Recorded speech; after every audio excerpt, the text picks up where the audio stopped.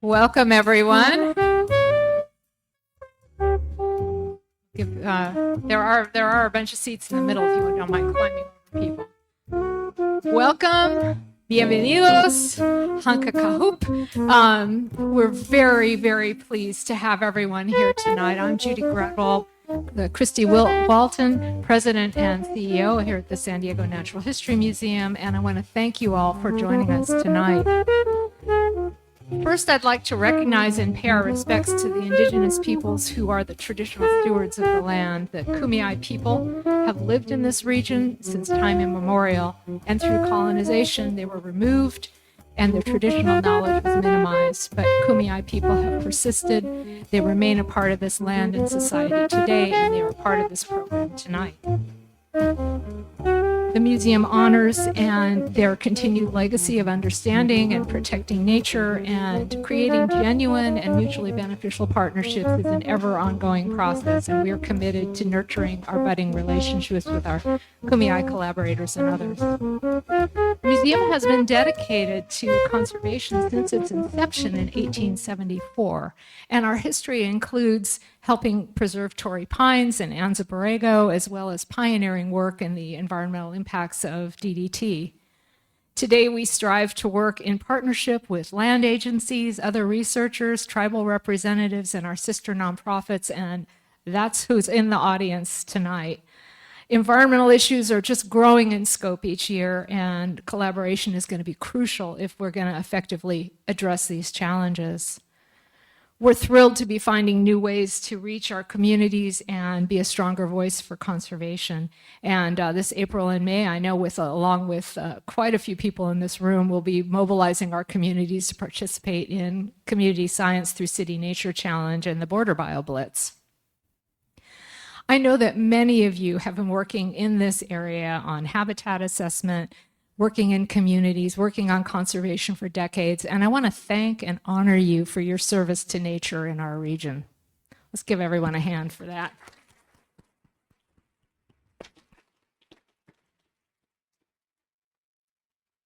I can't think of a more crucial time to focus on local efforts, to engage communities, and to work together on preserving nature in this amazing place we call home. I'm pleased to welcome colleagues from Mexico, the San Francisco Bay Area, and Los Angeles, in addition to our local colleagues. For the past 8 years, we've hosted an annual State of Biodiversity Symposium, bringing together scientists, conservationists, and nature lovers to discuss biodiversity in our region and how we can continue to conserve it. Tonight, 4 talented speakers will present and discuss their conservation efforts explored through a community-focused lens. Together, we can make a significant impact for the future of conservation. Before we begin the program, I have a few reminders for everyone. We do have emergency exits, and they are located behind you and behind me. And while we do ask you to silence your cell phones, we encourage you to continue tonight's conversation on social media using #StateOfBiodiversity. Now we're going to get to the program.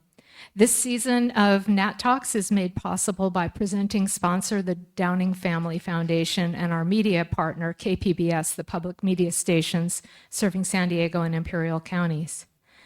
Please join me in thanking her for all of her work to organize this and welcoming Director of Conservation Biology, Michelle Thompson, to introduce our speakers.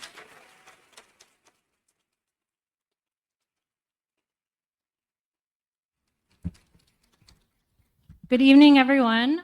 Thanks so much for coming today. Again, I'm Michelle Thompson. I'm the Director of Conservation Biology here at the NAT. So I'll be briefly introducing each of our 4 very talented speakers.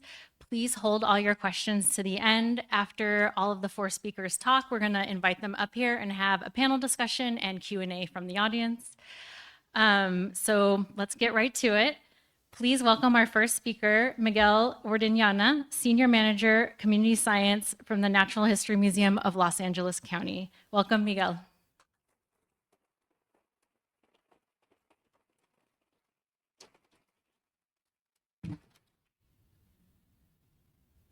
Thank you for having me, everybody. It's an honor to be here. It's such a thoughtfully organized event, and it's humbling to be a part of this panel discussion and be amongst all these conservation leaders. And my panel is some environmental leaders that are making huge impacts in their communities and beyond. So thank you again. I'm going to be talking about community science at the Natural History Museum of LA County, and our approach and how that has evolved over the years to make science, make biodiversity exploration more accessible, more inclusive, and so that people can feel like they all have a role to play with regards to stewardship of whatever land that they're a part of. But before I get any further, I really want to speak to how important it's been to be part of such an incredible team who has worked behind the scenes to be supportive of a lot of our community partners and really kind of push forward our biodiversity research in really thoughtful and accessible ways using their unique backgrounds and experiences. I co-lead this program currently with Leela Higgins, who started this program, the community science program at the Natural History Museum. And they have a background in entomology. We have people on our team that have a nursing background, people with environmental justice backgrounds, art backgrounds, science communication backgrounds. All of these identities really help shape how we communicate to our communities, how we work with our communities, and allow us to build genuine relationships with those communities and help them fight these fights that they're having in their communities with regards to preserving biodiversity. My identity specifically is a proud descendant of Nicaraguan immigrants, who really showed me the power of perseverance and the importance of making an easier path for the next generation. And my mother, as front and center, is one of those heroes. A lot of people think about Jane Goodall as an amazing person, all these conservation heroes. My mother really showed me firsthand all these barriers that are out there and how to overcome them. I'm a field biologist. That's another identity. I'm also somebody who cares a lot about my community and wants to bring them along with me on my journey. And I'm a proud father of 2 beautiful children and a proud husband as well. All of these identities help shape my perspective on nature, on conservation. And everybody else has their own identities that gives them these different lenses. And we have to acknowledge that. My traditional background, I started as a carnivore biologist, looking at the impacts of urbanization on carnivore species distribution and richness, looking at how urbanization impacts these indicators of ecosystem health and habitat connectivity. And then I got some experience in community-based conservation through human wildlife conservation work in Nicaragua and Kenya. And I learned the importance of being a good listener and making sure that we build these genuine relationships with community members and make sure that we're addressing all the needs of people with different backgrounds and identities so that these projects live on beyond the project themselves, or these initiatives live on beyond the projects themselves. But bringing all this kind of knowledge and these practices back to a place like Los Angeles, although I grew up there, I grew up feeling disconnected from nature, feeling that people just didn't have that connection because of all the urbanization. People didn't take pride in their natural surroundings. So what's the secret in exploring biodiversity in these types of environments? And it's all about building community. Building community allows people to feel a sense of place, a sense of pride, and not to feel alone around their interest in biodiversity and protecting that biodiversity.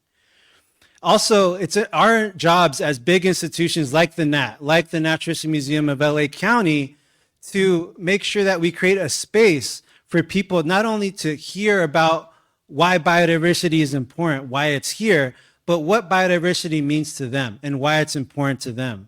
This is an exhibit about a mountain lion that lived in LA for about over a decade. That was a symbol of coexistence because of his crazy journey from the Santa Monica Mountains across 2 freeways, then coexisting with people for over a decade in the middle of LA. People connected with that story, connected to nature. And when he passed, it meant a lot to a lot of people to be able to have a space to remember him, remember what they meant to him, whether it's his ecological value in the ecosystem or his cultural value. There was a space for that. And I think it's our job to create those spaces. Community science allows us to have another way in to engage with biodiversity and engage in science, where scientists partner with community members who live every day alongside these habitats, alongside these wildlife communities, and partner on projects that are not only meaningful to the scientific community, but also to these communities that will have to kind of continue these sustainable existence beyond these projects and these initiatives. From a scientific standpoint, it allows us to expand the scale of our work beyond a park or a neighborhood. We can use technology and crowdsourcing to expand our reach to entire counties and beyond. Also, through community science, we have unprecedented access to private property, which allows us to have a more comprehensive look at biodiversity, especially in urban areas that are mostly private property. But to go beyond that, to go beyond those initial barriers, you have to be able to listen and challenge your approach to community engagement, to scientific research, to be able to connect people with science and nature in really meaningful and genuine ways. And so we've explored different approaches that have allowed us to create a menu of options for people to engage in our work and engage their own communities in this work. And there's a lot of different participation models out there. One of them is contributory, and that is basically the model of people taking data and collecting that, whether it's birding or using iNaturalist, or being the step beyond that engagement is collaborative work, where yes, you start a project as a scientist, but then you kind of massage the design of it or adapt it based on the community's interests, needs, or recommendations. Co-created is a step beyond that even further, where at the very beginning you're working with the community to build that project and continue to adjust it as community needs change and as the environment changes as well. Another level beyond this that's not depicted here is community-led work, which is kind of the ultimate goal in relationship building and partnership in the field of community science, where the community is leading the effort, doing something that's obviously very meaningful to them, and these big academic institutions and scientists are taking a backseat role in this supportive role, which is where I'd like to be and where I feel where the real important engagement really happens. iNaturalist is one of those tools that we use a lot in our programs. A lot of our contributory community science is using this app, which is an app where you download to take a photo and turn that photo into data point by grabbing the metadata associated with that photo, the date, time, and location, to look at distribution of different species and taxonomic groups. We also work at different scales. That opens it up to different audiences in that way by looking at questions that address global needs, global questions about biodiversity.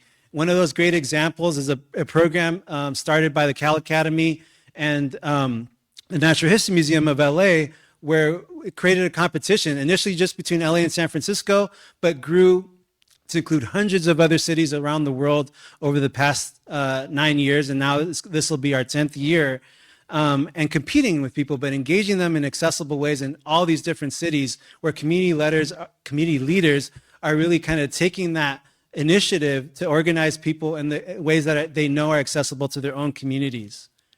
And through this work, collecting this data, you can use that to inform initiatives like protecting 30% of habitat in California through the 30 by 30 initiative, or 30% of biodiversity globally through global kind of initiatives to do the same effort at a global scale.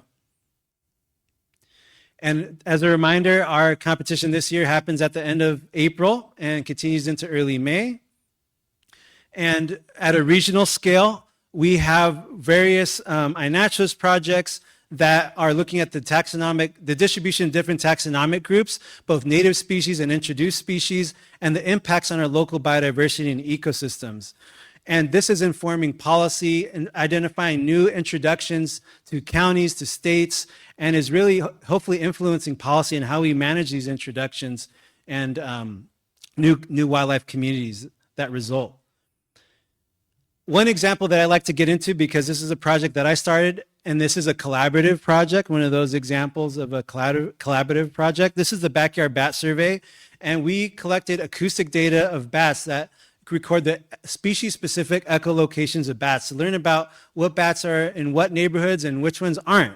And the only way to do that is by partnering with community members who have access to all these neighborhoods that have been underexplored for many, many years. And through this work, we've sampled over almost 100 locations throughout LA County and explored how the distribution looks across LA County, species richness and also species activity. Together, in partnership with community members, we detected 14 species of bats, 5 of which are species of special concern in the state of California. And also together with the community, by having this unprecedented access, we've been able to look at seasonal patterns in activity and learning for the first time how bats are using these heavily urbanized landscapes. And through an iterative process, we continue to adapt these projects in ways that make the projects more accessible and in different ways. Back to my colleagues who have nursing backgrounds, language justice backgrounds, who are making these programs bilingual, making sure that people are assigned to locations that are physically accessible to them, making sure that we're providing professional development opportunities for early career professionals of color. Those are things that people asked for, and we had to respond, and we did respond. And again, continuously in iterations after getting feedback, year after year. Through this project, from an impact standpoint, we've engaged 100 of participants who are asking for hands-on experience to count bats, to see bats for the first time, to monitor 15 roosts over the past 4 years. Thousands of bats have been counted, looking at the reproductive success of bats year after year in summertime. And it couldn't be possible to study these expansive roosts under these bridges without the community's support. Again, re-examining year after year, and then adding another component, addressing another question. How can we help bats was the question that we were getting. How can I restore my garden or my habitat, my community garden in a way that creates foraging opportunities? So the first step is learning what bats are eating. And so we're now collecting guano with the community to see what they're eating, and hopefully that informs what plants are the right plants to plant if you want to make bat-friendly neighborhoods. So we're just starting that, but again, in response to community's interests. At a local level, which is our opportunity to have our deepest relationships with the community, we're working with community-based organizations, schools, tribal organizations to look at questions that are co-created with these partners or community-led. And our first opportunity to finally impact people on environmental justice issues. One great example that I'd like to highlight is a partnership between the museum, the Anahuacalmecac Indigenous School of Los Angeles, and the Gabriela Nation. And they've all partnered on a land back initiative and are now monitoring a 12-acre ecosystem and wanted our kind of support on that initiative to make sure that this land is restored and managed in a culturally sensitive way and an ecologically sensitive way. And together we've done habitat surveys, and back full circle moment for me is sharing kind of our expertise on tools like camera traps or bat detectors, and engaging with these questions in totally different ways than I did early on in my career that are more meaningful in partnership with the community. They set up these cameras, they made this discovery, and this discovery means something different to these communities than it did to me. And that's beautiful to be able to hear what it means to them and see at this larger scale how these indicators of ecosystem health and connectivity are helping us kind of connect with other community-based organizations who have been on the ground for many years, answering questions about environmental justice, connectivity, addressing gentrification issues, off-road vehicle use. And on top of that, what's great about working at our institution, we're not working in isolation. We have pathway programs that are supporting groups that are historically excluded from scientific careers and also conservation work. And we're giving them opportunities to work in this field, get mentorship at our program, but also it's a two-way kind of exchange where we're learning from them as well, learning how to be better mentors, learn how to be better allies. And I'm grateful that some of these members of the Gabriel Shoshone also joined our Unlab Pathway program, which allows them to learn what they want from our institution and then give back to us and their own community after this program's over. We're also working with the Expo Center, which is down the street in South Central LA, a community center supporting high school youth, and we're teaching about science communication and community science as well through an outdoor equity grant. And at the end of the day, this is all for this next generation. That's where my identity as a father kicks in, or as a young boy struggling to connect with nature kicks in, and it keeps me going through those difficult times. And I'm sure it's the same for a lot of you out there.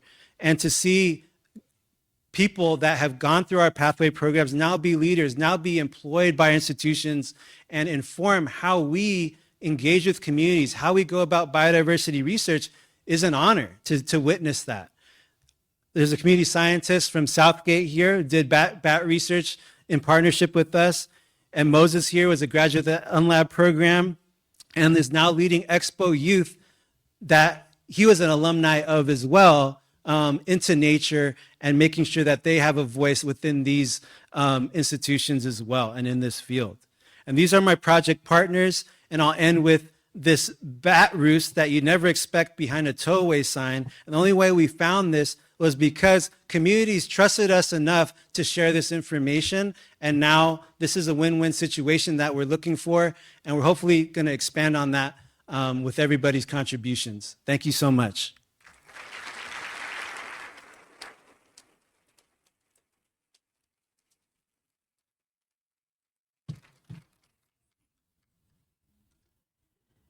All right, thank you so much, Miguel. Now I'm honored to introduce our next speaker, Mirna Borrego Lazalde. She's the Education and Communication Coordinator from Terra Peninsular. Thank you, Michelle. Hello to this beautiful audience here. My name is Mirna Borrego Lazalde. I'm from Ensenada, Baja California. I work in Terra Peninsular. I have almost 8 years working in this beautiful, amazing nonprofit. I'm very proud to be part of the team. And well, I'm a little bit nervous. So tonight I want to share the story with you, but first I want to say thank you to the San Diego Natural History Museum and all the team for giving us this opportunity and invitation to open the doors to all the work that we do in Baja California. We are sister institutions, and I feel very, very proud of all my team and have the responsibility of communicate all the work that we do in Terra Peninsular. And I know my team is in Ensenada seeing this, and thanks to you for doing this work, and thanks Alan Harper for create Terra Peninsular. Thank you. So this is an ancient landscape of San Quintin.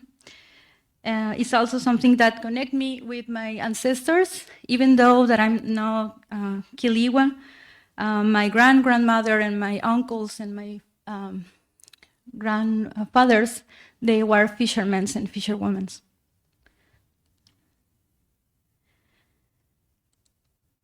So San Quintin has been home to humans for over 12,000 years.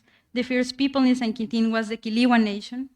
They lived with deep respect for nature, fishing and gathering along the coast, building fish traps and using volcanic caves and shelters. The original vocation and the original instructions were deeply rooted in harmony with the coastal ecosystems. In the actuality, there's no native people living in their original places anymore. But San Quintin now is a multicultural place. It has become an important center for agricultural exports. I know you know these berries from the Driscolls. So all these berries and strawberries came from San Quintin. This has brought people from different places from central Mexico, from Oaxaca, Michoacan, Tabasco, and different cultures. And now we have 2 or 3 generations living in the area. But even though they have lived here all their lives, many people have never visited the volcanic area, the wetlands, the valleys, the dunes, the beaches, and the intertidal, and all the natural treasures that make San Quintin Bay such an amazing place, and I feel very in love with this place. So how we can expect that people protect something that they don't know? How we can work with allies and how we can work with the people that live here now? After the increasing demand of work in the agricultural fields in the 80s in San Quintin was growing so fast, and the interest for developing the resources increased, like the plan for developing Cabo San Quintin. So this was the plan for San Quintin, for this amazing and beautiful area, this fragile paradise of dunes and wetlands and home of many endemic species, and the scenario of the natural phenomena, the Pacific shorebird migration.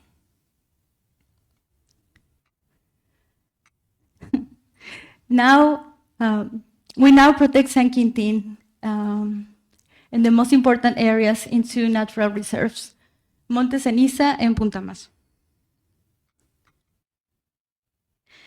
In the 90s, the people who later become the founders of Terra Peninsular realized that Punta Mazo, this incredible place rich in wild beauty and the natural history, was at risk of being transformed in the Cabo San Quintin. A massive tourism and golf course development, this was an unsustainable project, was a big menace to biocultural heritage, and this unique and extraordinary place. In response to this urgent situation, Terra Peninsular was born. And now we have almost 25 years working in conservation. Terra Peninsular created 3 key conservation strategies for these reserves. The first one is the legal habitat protection. The second one is the adaptive habitat management. And the third one is the community awareness and engagement. It was through this last strategy that we asked ourselves how we can truly connect with the land, or conservation efforts, how we can really communicate our efforts and the people who live in the San Quintin Bay. So as part of our effort to connect with coastal communities and with the people living in San Quintin, we reach out to local people to co-create the Shorebird Festival, the San Quintin Shorebird Festival.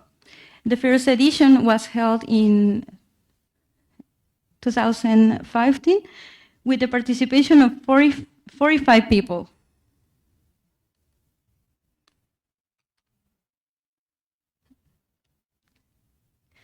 This strategy was designed with a community-based approach, and that's how we started involving coastal communities, step by step, with this new edition, we added more elements of equity, including teachers, fishermen, fisherwomen, oyster farmers, vulnerable communities, and academia, hoping the festival becomes a true celebration of nature for all.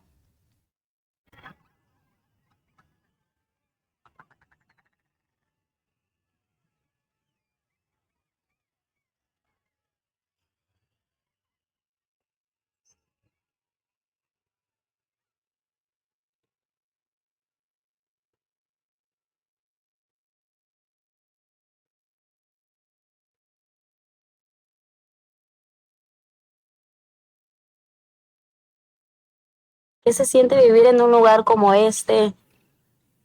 Es perfecto. pareciera que no tienes mucho, pero en realidad tienes todo.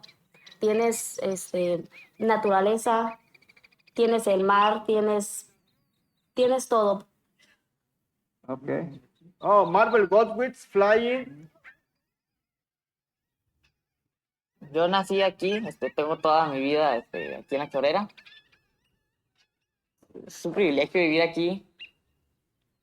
O sea, aquí te levantas y escuchas el ruido de los pájaros, de diferentes aves, ¿no?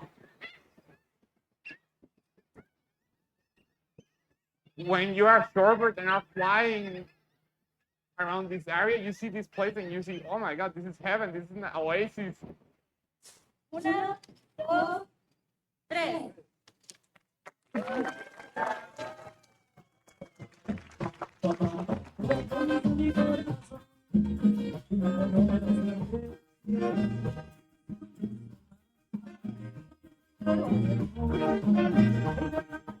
Hoy celebramos las aves con la comunidad de La Chorrera y con todo el San Quintín. Mi familia ha participado del primer festival. Es una fiesta muy bonita que se organiza aquí en la comunidad.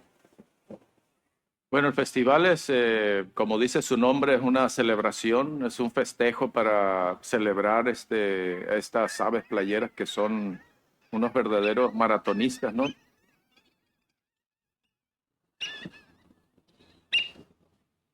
Bahía de San Quintín está localizado en el corredor migratorio del Pacífico. Es un sitio de esta cadena de sitios que usan las aves playeras para migrar a lo largo de este corredor migratorio. Recibe aves que anidan en el Ártico y Subártico, que vienen aquí a invernar. We got some sandpipers. They're all taking advantage of the tide receding and starting to forage.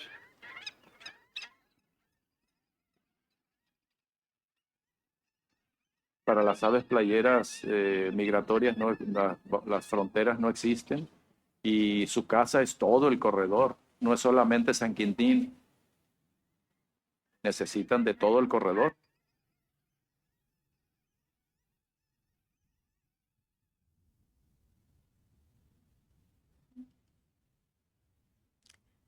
It's beautiful, right? It is beautiful. So this is the Shorebird Festival. This video was a postal of the 3rd edition of the festival. So we start with 45 people, and now we receive more than 900 people every year. It depends, but the last one was a very successful festival. So now the kids that you see in the pictures, one of them is a park ranger in Terra Peninsular.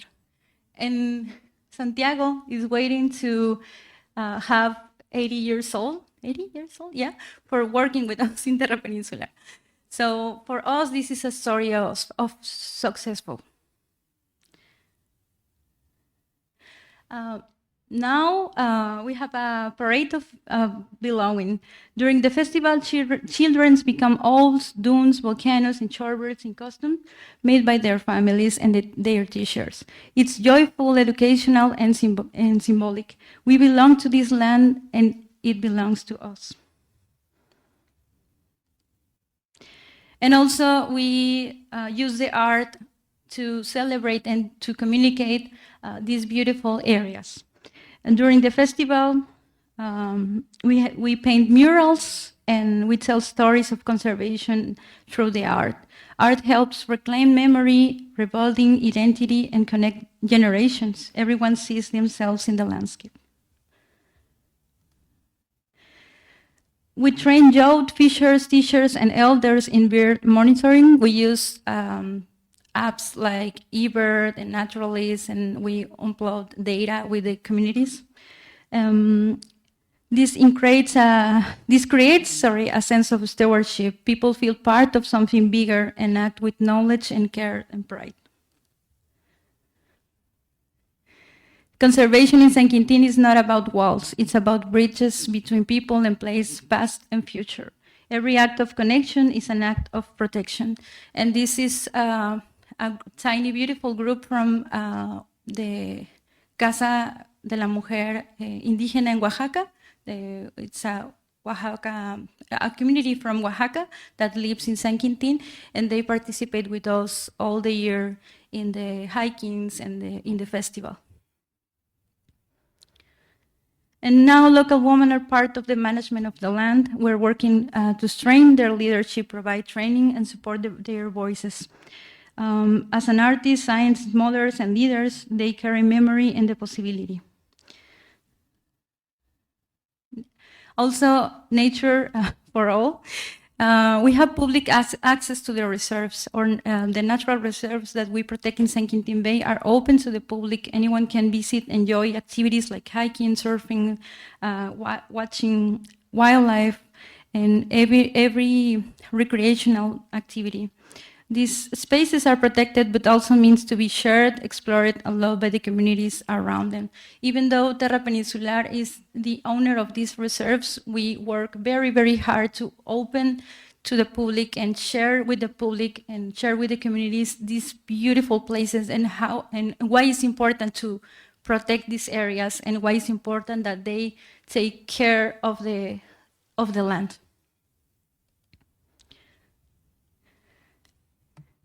So also for us, it's very important to conserve the ancestral ways of life, live in the area. So they still fishing there in the reserve. They still approach the land for as economic activity for their families, for support their families. This is another beautiful picture of another group. We hike sometimes between the volcanoes with these women, and we talk about the native plants, and we identify the native plants, and we use naturalists to do community science over there. And now we are working with other communities, native communities, in the conservation of their plants and their knowledge. These beautiful women are working protecting the seeds of the Salvia piana, the white sage. So today, but also today, San Quintin is once again targeted by new real estate developments. For Terra Peninsular, this is a constant and profound struggle. We face it all the time, that there's a lot of interest for developing San Quintin and also for build, and develop resorts there. So this is in the natural reserves that we own and protect, but we continue fighting all the time for protecting these places. And it's thanks to the community that we can continue keep conserving these areas. And I really like this picture, because when we start working with the communities in San Quintin, these women, they really never visit the volcanoes, never see the wetlands, and now they are part of how can I say, like this committee? Of monitoring, and they are protecting the land and teaching the kids in the coastal communities.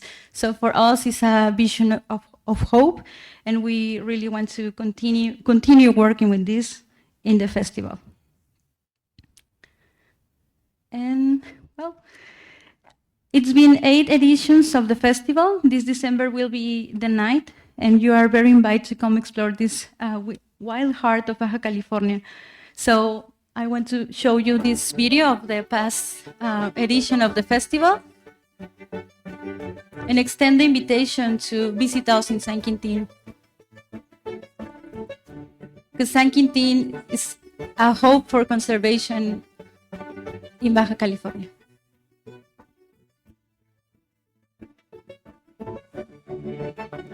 So when we start doing the festival, we never realized that we want to have this participation.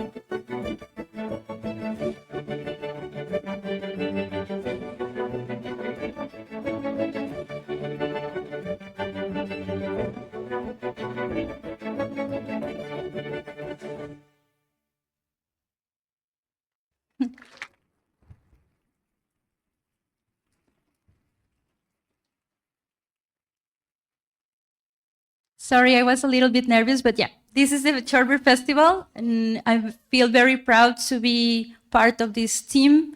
And I cry every edition because we really have honest participation, and you know that it's very, very hard to do community engagement and community outreach work.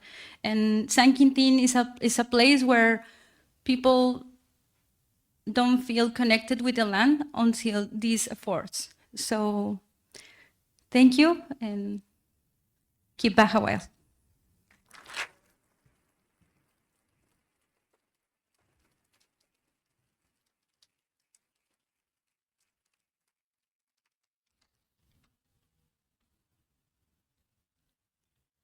All right, thank you so much, Mirna. Now I'm happy to announce our next speaker, Martha Rodriguez, and she is the founder and director of Tipewa Native Warriors.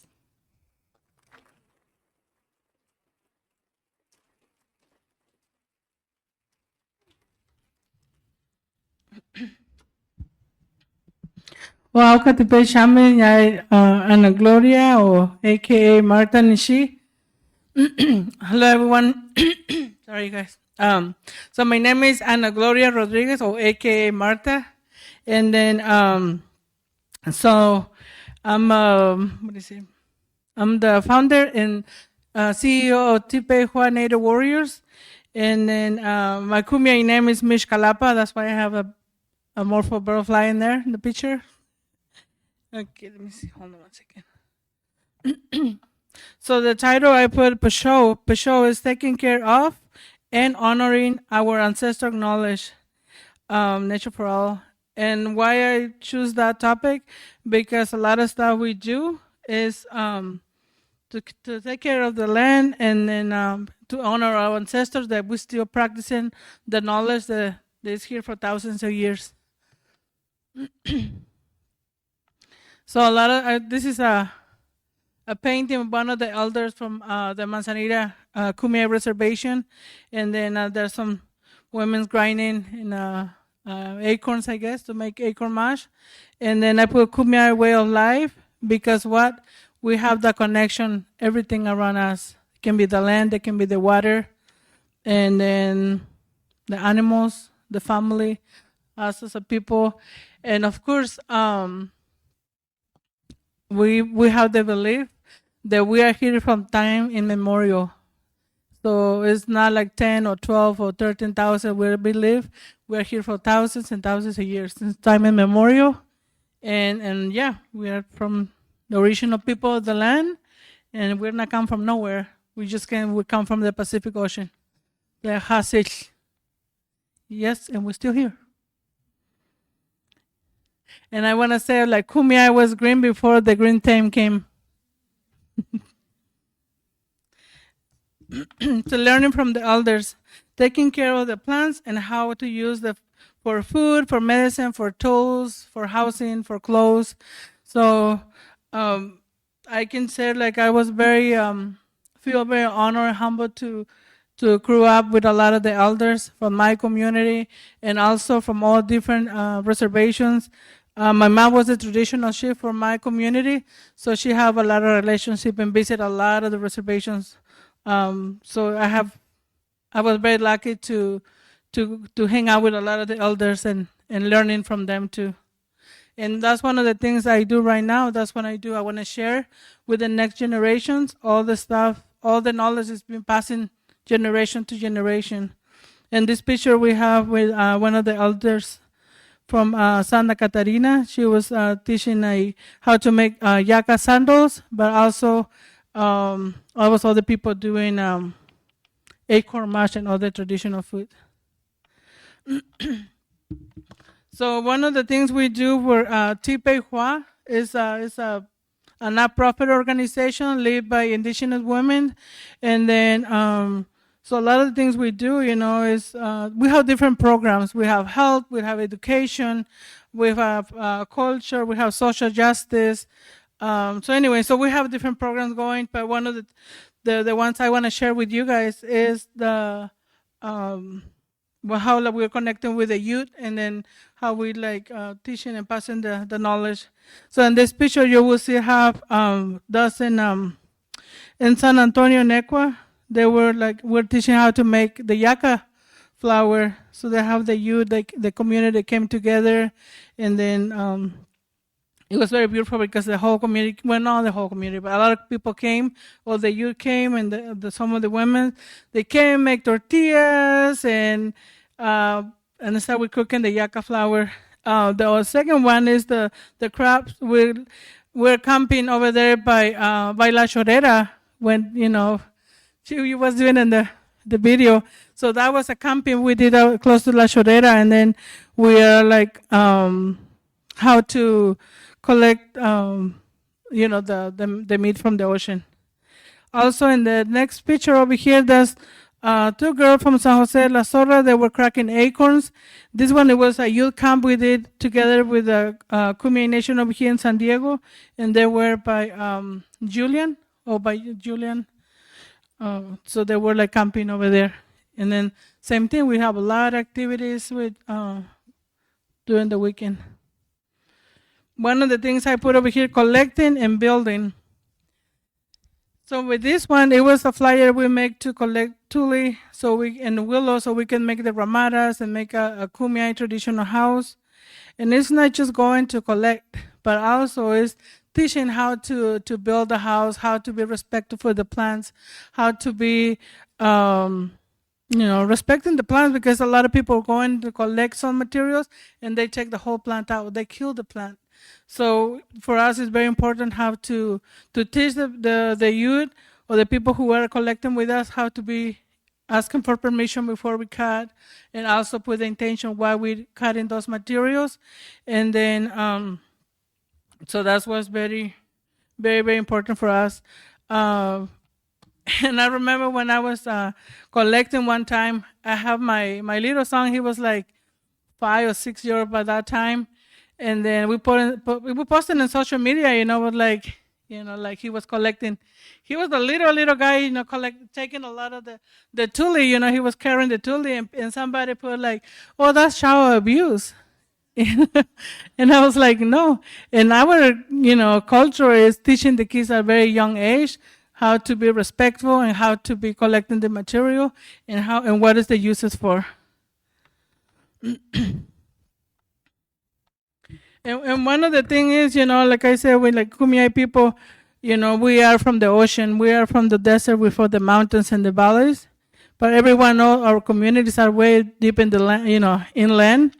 So now we're creating a lot of programs so we can bring the youth and the elders and our people to have that reconnection to the ocean.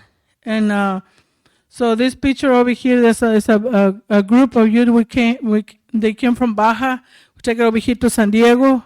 And then also the tule boats are over there too.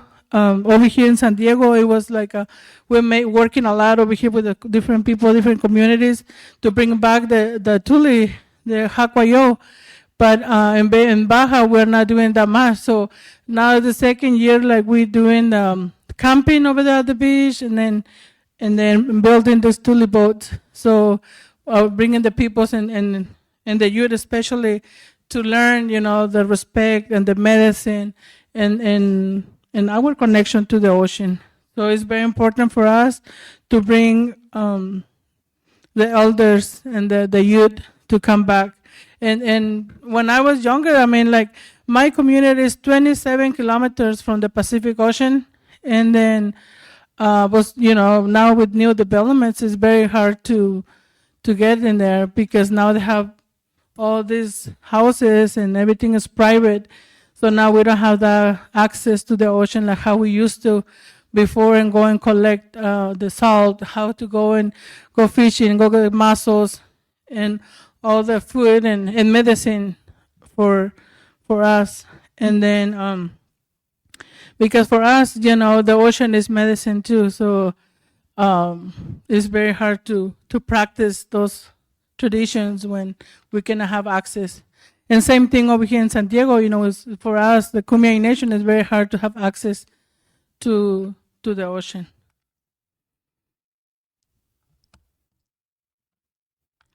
we say learning how to take care of the plants and how they can take care of us. So and listen to the elders, every time when they do a blessing. And I can say that I'm very happy to have this picture over here too, because I have one of the elders, they came and then they give us the bless when we're doing one of those activities. And then this picture, they have the youth learning how to make search bundles and do all the teaching, what is behind of the search bundle, how to collect the material, how to be respectful, and how to, how the medicine will work when we are doing very respectful. This is this intertribal traditional game they call piak, or over here in San Diego they call it chini. It's like the hockey, and sometimes the sticks they're made from willow. So it's the whole teaching behind the traditional game. Again the rules, how to collect the sticks, how to work with them, and stuff like that, and how to be in community, and have like that intertribal traditional game. My dad was very cool with the boy, like having she painted ready to go to to go for the game. And this one, that was one of the camping we did in Sierra Juarez in Ensenada. With that camping, it's in the left side. That was a lot of people and a lot of youth that went to the camping. It was so beautiful because a lot of the people, or the kids, never have the opportunity to go and collect, harvest the, traditional foods like the tuna, so the prickly pear cactus, or the pine nuts, stuff like that. So it was beautiful to go over there and practice that. We have people from one of the reservations to teach how to collect the pine nuts and collect it and eat it, right in there. It was very beautiful. Also, we have other partnerships. They go in and do games and do like basketry and traditional games, and also like talking about environmental issues and games and different things. It was a very beautiful camp. At the nighttime, oh man, the sky was so beautiful, full of stars. The fire, we have like the kids were like singing and dancing, and it was just so beautiful. Also, in this one, it was a Cuyamaca Lake in San Diego. That were there's another group of kids coming from Baja, and just to bring the kids over here to San Diego to participate with the other Kumeyaay Nation over here in San Diego. It's hard because a lot of the kids, they don't have visas, so we have to do the whole process, do the whole permits for they can cross the border. And then and it's very hard because sometimes the permits can be declined. And I was like, that's one of the work that Tipehua, we are working very hard, because it's like, this is our home too. The border, we should not be asking for permission to come to our homelands neither. And then, so that's one of the works we're really working hard to, for that, so we can have access, And yeah, most of the kids, they cross the border with the permit we did. And I can say, like, I'm very thankful as a director to Tipehua, to have the trust from the families, from the reservations, to let us, the kids, to come, to another country and far away, and I think that's it's a kind of hard thing to do, right? To just let your kid go with somebody else, I'm like, that's what I'm like, very thankful for all the families and all the community that they really trust, the kids will be okay. And thank goodness, the kids, we're all safe and very happy. They were like, you can see, how like they were like so shy in the beginning, they were like scared, and the way back they were like best friends. They're talking, laughing, singing, and bringing those experiences to the community. I think that's great, especially because in the communities over there in Baja, we don't have that many resources and many activities for them. They make their own, but just to come and experience something, something like they know, already and share with other kids. It was beautiful to see the interaction between the Kumiais over here and the Kumiais over there. I mean, they wouldn't speak Spanish or English, but they were doing all the traditional games. They were having fun. They were like playing all those games. And then, and I can see one of the traditional games a little hard, you know, so it's like the hockey, and then they have like a little ball like that. So sometimes when they hit it, I know some people get hit in the face. So that was not very fun, but you know, that was part of the game, and I think even I enjoy that part, you know. And so I think it's just beautiful to see that connection, you know, and to bring those opportunities to our people, you know. I think it's and it's very beautiful, and I think, you know, Tipehua, we work with all indigenous communities, and right now, especially because I mean I'm Kumia, you know, I know all the needs that's going on in Baja, so that's why, you know, we have working very much right now over there, but we go back and forth. Oh, this is one of the Sierra Juarez, when I was telling you guys, harvesting the traditional food. We have like the prickly pear, we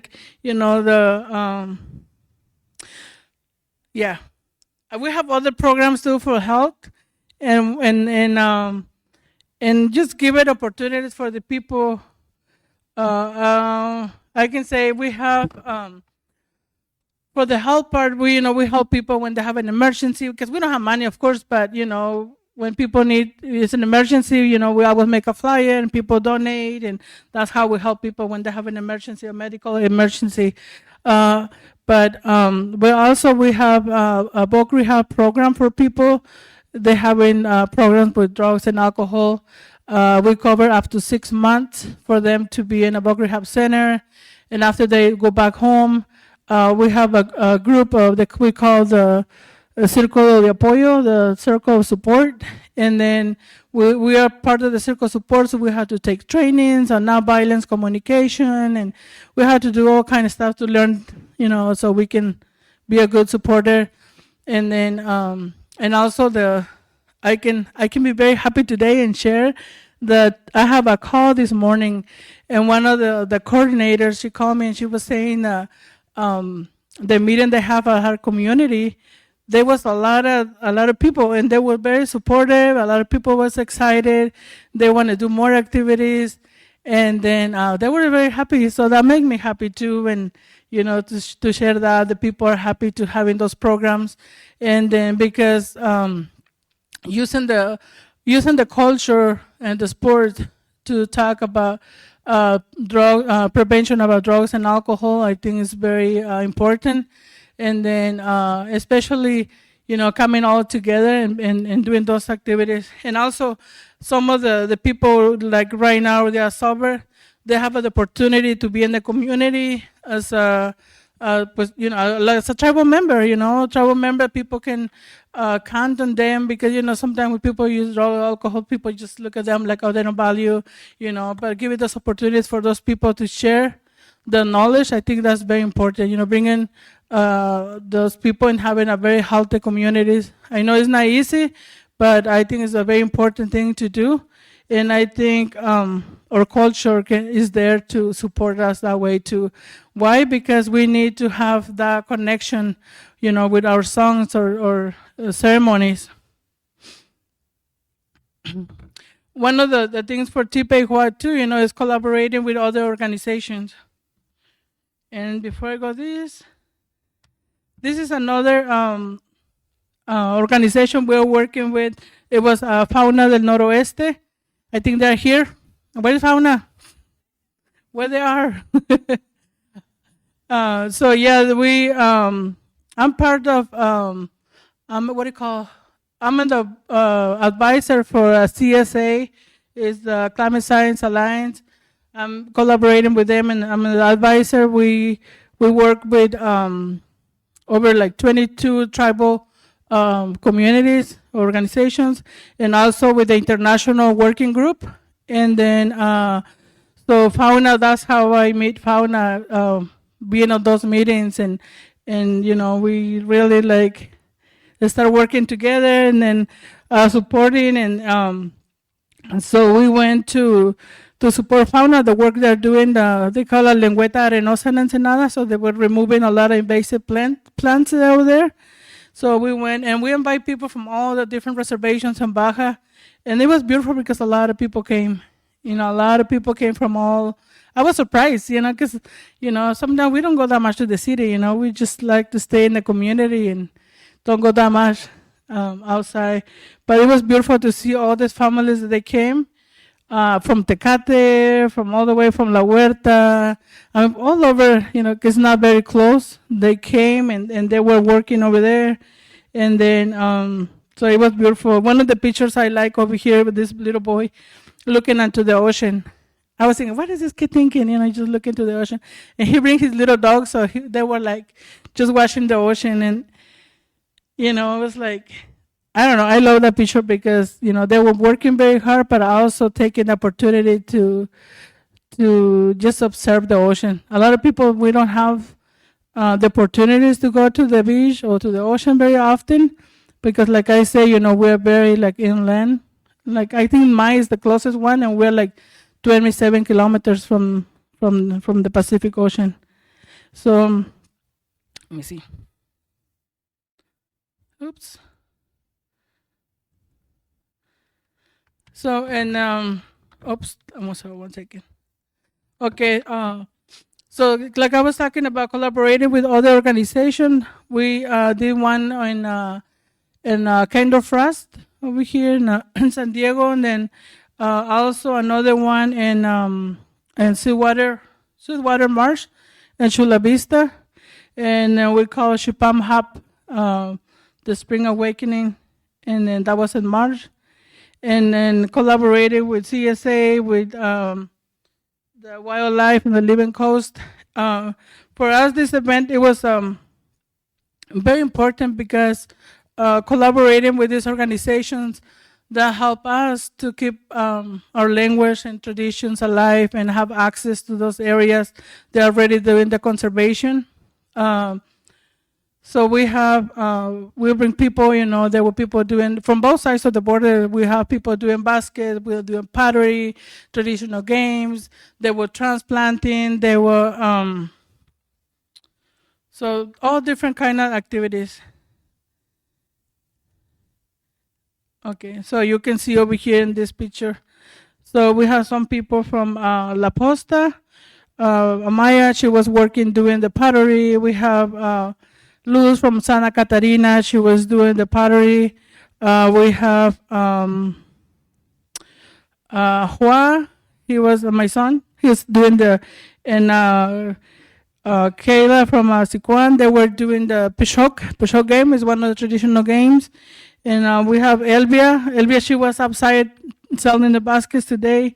In Guadalupe, they were doing the basket, the Jankas basket. You will see, they were like super busy, so that was cool that they help each other because, they can be very hard to be teaching, especially the basket. So this is some of the native plants with their Kumeyaay name. And then, for example, this one, you have the native plant, and then in the front you have the sign, and you see that signs a lot, a lot of places, right? They have the plant and they have the sign, but this one they have what do you call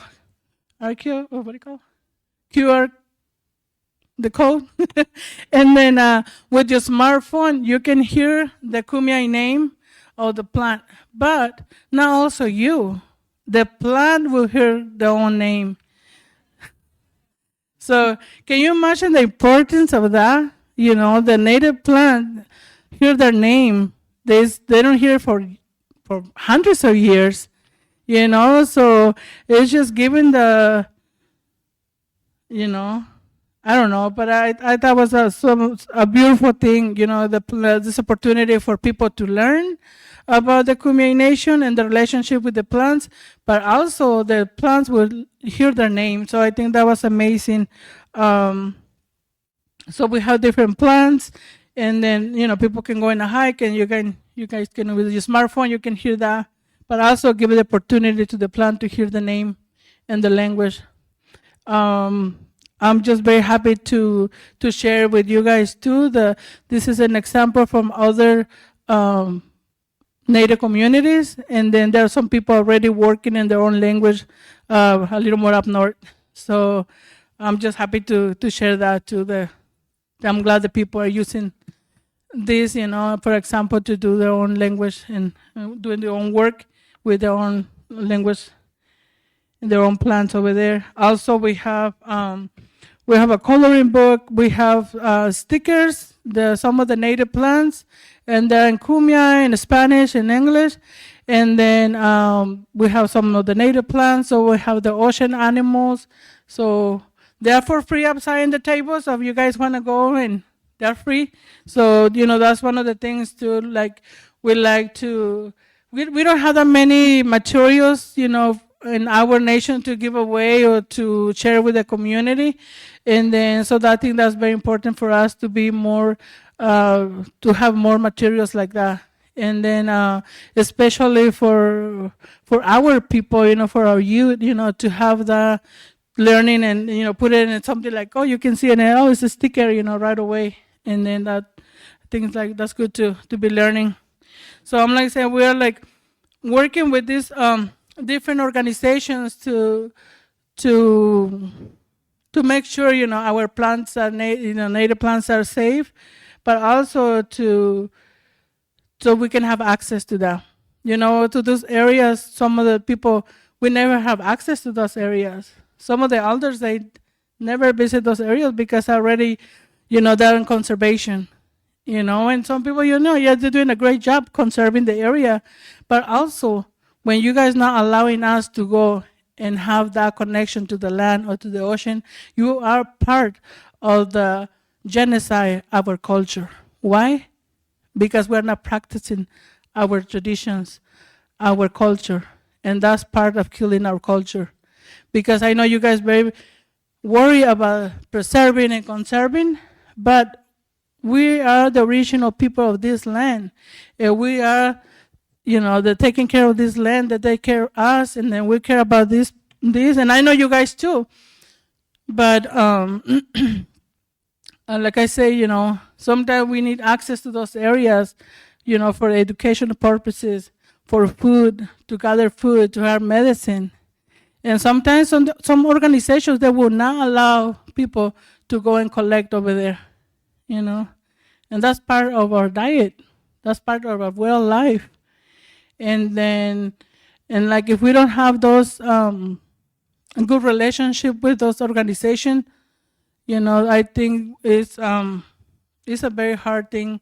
And that's what I'm doing, right now, like trying to have those partnership and open the doors for our people, but also to have a good partnership, and collaborating together. So I just want to say, Yeyahan, that means thank you. This is the group we were in Chula Vista last time, and then some of the teachers, we always like, we have a lot of people from different reservations, so we always like to bring different people, so, bringing opportunities for the people to come and share their knowledge too, and also thank you to the Tipehua committee. We have a lot of people supporting us. We have a lot of coordinators. We have a lot of people working, supporting us. So it's just not me, man. We have a lot of people. And then I just want to say thank you for the opportunity to be here with all you guys, and the people within the tables, are very happy to be here too. And I just said thank you, and thank you for all the support. And I want to say, Yeyahan. Thank you.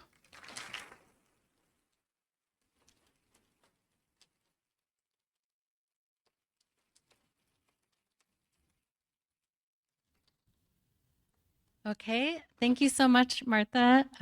It's time for our last speaker, Diego Ellis Soto. He's a postdoctoral researcher at the University of California, Berkeley, and also Cal Academy of Sciences.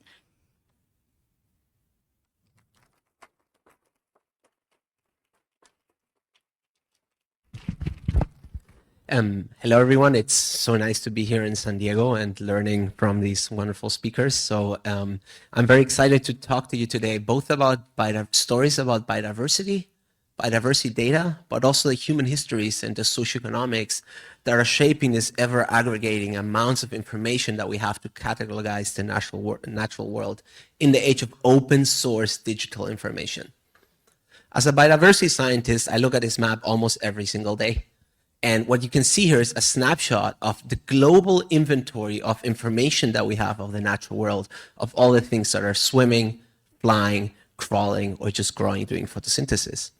And what you can see here, you can see these bursting areas in the south of South Africa, Europe, North America, Australia, and you would probably think, oh, we have a great understanding of what's going on there. But at the same time, you will probably also see that large amounts of the Amazon rainforest and the Congo Basin are the lungs of this planet. The most biodiverse, rich places in this planet are almost shining dark with very little information. So when we're facing the challenge of trying to do the best scientific empirical evidence that we have to categorize the natural world, we're extremely biased in where we're collecting data. And perhaps we should also ask ourselves, who's collecting this data? When, where, and why? Oh, and I have a pointer. Great. Oops. Okay. As a biodiversity scientist, if I want to contribute to sustainable practices and preserve the natural world, often my first home, so to say, if I were to think about the Sustainable Development Goals, is goals 14 and 15. That means let's protect life below water and let's protect life on land, right? So one of the first building blocks to understand where the wild things are is to map species in space and time. For example, like this distribution of where all the hummingbirds in the world are that we did a few years ago. And here we can see that the global hotspot of hummingbird biodiversity is Southeast Colombia. However, what a lot of these maps, including my own, do not show is that in order to make conservation actions, we need to find a balance between the millions of people that call that place their home, that have been there and that know more about hummingbird biodiversity than I ever will. So as a little note, perhaps to myself and other biodiversity audiences, is perhaps we should go back to all of these sustainable development goals and how they're all related together. For example, let's take Sustainable Development Goal 11.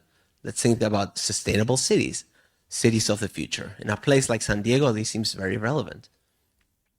In addition, we're tasked with this unique moment in time where almost every single country on Earth has committed to very ambitious conservation agendas in order to stem the loss of biodiversity by 2030, but also a large amount of conservation investments. And at the same time, this also comes at the realization that business as usual is not working, and we need to find ways of making humans share a crowded planet with biodiversity in a manner where people and nature can thrive. And this feels particularly relevant in a state like California, where 94% of people live in urbanized environments. Take Golden Gate Park. Cities are not devoid of life. This is an urban biodiversity hotspot where 40% of plants are endemic. If we think about Griffith Park in Los Angeles, this is a place where people's experience with nature is increasingly going to happen. We live in an increasingly urbanized world that is increasingly loud and digital, and having these instrumental experiences for intergenerational knowledge exchange about the natural world is ever more critical to steward the natural world. And finally, in Balboa Park, where I have the pleasure to be speaking to you all now, we have a mixture of ecosystems and culture colliding, having a melting pot of activities that we have in order to find conservation solutions. However, let's go back to this map that you just saw at the very beginning. It's really important to recognize that past and present human histories shape the biodiversity data that's going to decide our future. And I don't say this lightly. So if we were to split all of these countries by GDP, guess which one is the line that is growing the fastest? You got it. That is the wealthy nations. And what we can see here is that most of the world, in terms of how much information we have on biodiversity to make decisions, is lagging behind without the same access to these opportunities, such as high-powered computational advances or expeditions across the world. So we need to be really mindful that maybe not always having more data is always better. In addition, if we look at within the United States, we can even see that legacies of segregation of human histories shape biodiversity data nearly a century later. Here in redlining, which I will get back in a second, we can see that there's more biodiversity in non-redlined areas here in green than in red in Los Angeles. In addition, if we were to look at an example of colonial histories in Nigeria, we can see that before the independence of this country, 28% of the records of biodiversity were collected by Nigerians. And after the independence of Nigeria, it was over 70%. It was also probably very much associated with less extractive practices or even research questions that were driving these collections. So let's briefly go back to one of these examples where legacies of human history shape the biodiversity data today. So very briefly, redlining was a discriminatory practice in which banks and the government marked certain neighborhoods which were primarily residing by African Americans and immigrants after the late depressions as highly risk investments which withheld loan opportunities to accumulate intergenerational wealth in last swaths of this population after the Great Depression. And this has led to decades of disinvestments in these communities, and some of the effects of redlining are even present today, where we see people residing in these areas have lower home ownerships, there's more urban pollutions, there's more urban heat islands, there's less trees, and we wanted to look at how does this relate to biodiversity. So what you can see here is that in the last 20 years, and we looked specifically at this time because this is when biodiversity data exploded and became open and digital with the advancement of digital technologies, we can see that the red line is actually the lowest of these four lines, which indicates that red line neighborhoods are actually accumulating less biodiversity data over time than almost other neighborhoods in these 200 cities. Putting it plainly, it's getting worse over time. So in the age of digital information, we're becoming 40% more inequitable in where we collect biodiversity data. And behind each digital fingerprint of these iNaturalist record as well is human histories. And we can even start looking at questions like, who is more biased? So if we were to look at participatory scientists from eBird, so bird watchers, we can see that there's more than twice as much data in green and non-redline neighborhoods than in redline neighborhoods. This bias is much less pronounced in iNaturalist, which has a very different demographic and age bracket. And finally, others is a nice word of saying museums. So we can see in this graph that it is not just the public running around, but perhaps as scientists, we also need to start looking at ourselves and our practices. And here museums such as the beautiful Yale Peabody in New Haven is incredibly biased in where we're collecting biodiversity information. So if I can build upon some of this incredible work from Krischel et al., it's this idea that structural racism and classism and these systemic biases such as gentrification or residential segregation are shaping zoning policies. They're shaping where we build highways, roads, where we put wastewater facilities, where we plant trees. And urban wildlife sharing a crowded planet with humans is navigating the same issues and similar issues that we have nowadays. So bringing it back to biodiversity, this kind of leads us to ask, what are the social, economic, and legal consequences of having more data in some places and less in others? We could think about things like invasive species, which cost billions of dollars to the US economy. We could think about educational opportunities or pollination. We could think about where do we have data on mosquitoes, the deadliest animals to humans on Earth? Or we could think about where can we invest into certain legal mechanisms, or where can we even be missing certain funding opportunities of state and governments? So what does access to biodiversity actually mean, and how do we measure it? This is something that we've been trying to answer at in the city of San Francisco through the Reimagining San Francisco initiative, which is a large interdisciplinary collaboration, partly with the California Academy of Science, where we're trying to find more just and fair ways of promoting access to biodiversity to youth, to underrepresented minorities who didn't have the same access, while stewarding our environment. And how this looks like is we took inspiration from urban planners, and we started thinking about this 15-minute city concept. Maybe raise your hand if you've ever heard of it. Okay, I see like half, that's pretty good. So this basically says, within 15 minutes, how much amenities, essential amenities do I have access to? And this is an extremely popular tool to look at green spaces. How much access do I have to green spaces? So let's go back to how do we measure this? As a biodiversity scientist, I also like to build geospatial technologies. And for example, here we're building a platform that basically will say, are you driving, walking? How long are you walking or driving? Because access to me also means recognizing that different people have different amounts of mobility and ability to move in the environment. So this is, for example, how far away you could get in 10 minutes driving in San Francisco without traffic. I know it's very idealistic, but it might happen someday. And the smaller circle is how far you can walk. So we can start thinking about, okay, this is how much access I have within a 10-minute drive or walk. This is how many birds can live around my areas, with redder colors having higher amounts of bird biodiversity. So the Presidio and the Golden Gate Park are lighting up. The next step I'm going to show is a slightly different story. Where's all the data on birds? Not exactly the same. And I think it's really important to disentangle when do we have a lot of data, or when do we have very little data, and when do we have very little biodiversity? Is it because we haven't looked in some places because we're systemically forgetting about them? Or is it actually because there's not enough opportunities for nature to roam? Up next, we can overlay these green spaces. We can even tell you how far the nearest green space is. We could overlay it with partner organizations on the ground. And we can overlay it with socioeconomics. And this is just to highlight how defining access to biodiversity requires me to take my biodiversity science hat on and put my normal residence of a city hat on, and starting to realize all these beautiful, complicated, tangled webs that make a city.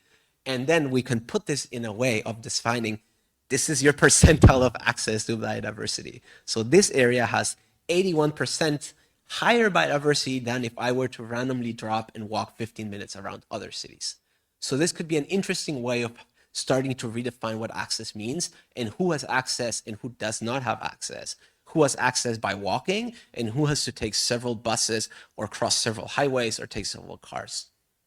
So now that we start thinking about where should we collect more of this biodiversity data in a way that's hopefully not top down, we can take this one step further. And this is an application developed by Carl Beringer at UC Berkeley, where we're showcasing San Francisco, where what you can see here on the y-axis is how many bird species are in neighborhoods.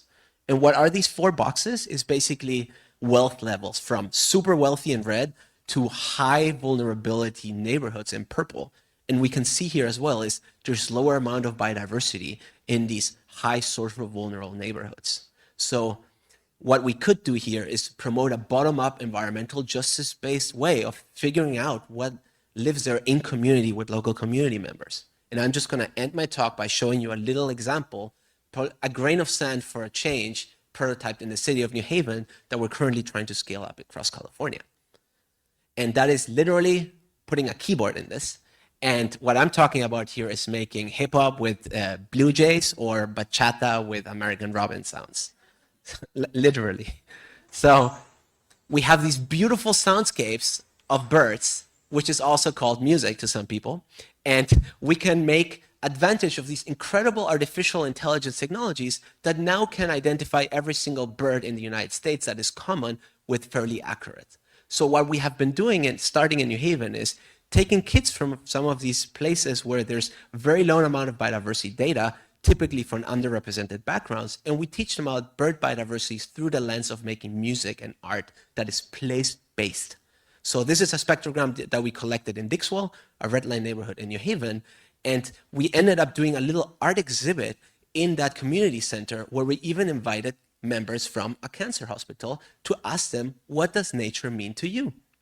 And again, if we think about what is creating system change, it's this combination of evidence and emotions, right? It's this deep connection. I didn't study biology because of any evidence I ever read. It was because of feeling and connection of place. So I'm just going to read 2 of them because they're really powerful. Sing the song you were born to sing. The birds sing even when it rains. I have them in my bedroom, these now. So what we did up next with $200 is we bought 2 of these audio moths, which we called Bird Spy microphone with our kids, our participatory scientists, and we deployed them in a 1.5 hectare urban farm in New Haven. After 4 weeks, we detected over 60 bird species, which is 6% of bird biodiversity in the United States, in a 1.5 urban acre. And we collected over 20,000 data points, increasing by order of magnitudes the amount of biodiversity data had been collected in that place in the last century. So I think that another aspect that we could redefine is what cutting edge even means. To me, cutting edge is the work that all these incredible people are doing here, which is engaging with local communities with these open source tools to change the cycle. And we can also create stories in this urban farm, such as the loudest bird was the blue jay. And we made a song, and it's on Spotify if you want to listen to it. It's called Farm Birds Sing a Song, so please smash that like button. And I'm just going to end up with creating these experiential experiences that connect us with nature is so much more than our science. It's creating these place-based memories. So in New Haven, we also did a Spanish and English invitation to local youth to paint any animal that they want of the natural world. And here's the 3 winners. We had someone painting every single owl in Connecticut, and then we had someone making a 3D chicken, and her mom sent me the instructions of how this 3D chicken was built in case I didn't believe it. And I obviously, I have to. And these are incredible runner-ups. And I'm very happy to mention that now we are preparing to scale this educational activity up of 1 hour where we walk around the neighborhood, we use Merlin and we record birds, then we look at a map and think, hey, isn't it weird that there's no data here, but you just saw some birds? What's going on? And then we go to a music studio, make some beats, and make place-based experiences that are gonna bring people together, that kids can share with their family, and that create these experiential experiences that we are losing in an increasingly urbanized world about us being in the middle and part of nature in creating these place-based experiences, both of categorizing the natural world, but also of creating local art and music. And here on the right, you can see us giving this spiel to 1,000 parents and children in New Haven. And this is now an active project in the New Haven School District. And we're currently scaling this up across the UC Reserve System, but also with our partner institutions, which are primarily undergrad institutions and HBCUs. And yeah, this is just before everyone starts jamming with birds. But my point is that we can start connecting with local communities and collecting information of the natural world in a bottom-up environmental just way in our schools, in our community gardens, and in our hospitals. And with this, I want to thank Chriselle, Rebecca Johnson, and Carl Beringer, and many others in the room, and my funders, and thank you for your attention.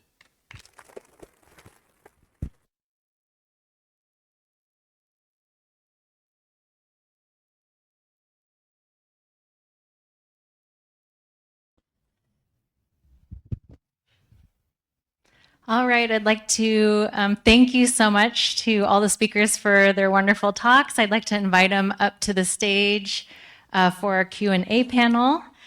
And I'd also like to invite up to the stage our panel moderator, Bianca Bonilla, who is an environmental justice advocate, educator, and founder of Plants People Community, an ethnobotanical and environmental justice nonprofit leading ecological and cultural programs rooted in community care. So please welcome her to the stage.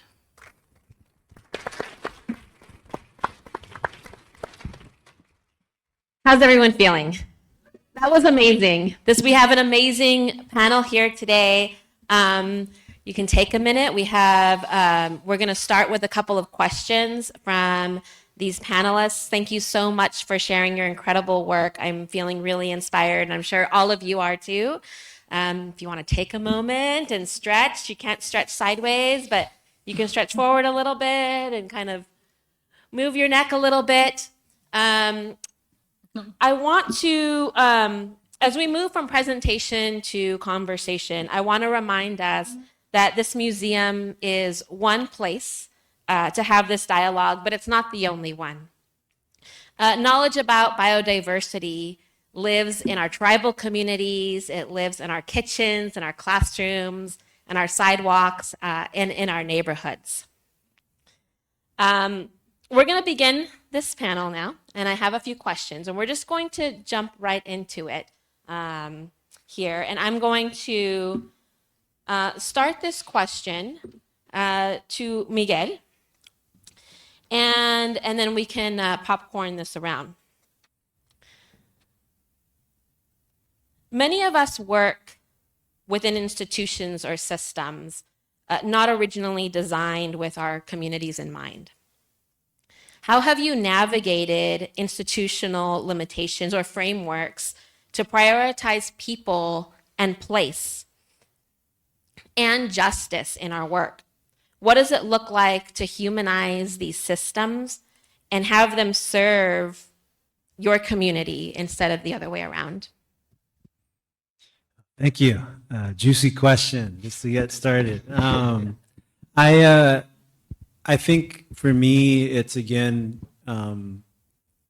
really challenging each other at our institution, whether they're above you in the hierarchy or not, to have a growth mindset. I think a lot of these institutions have been here for a long time and are used to being the sharers of knowledge.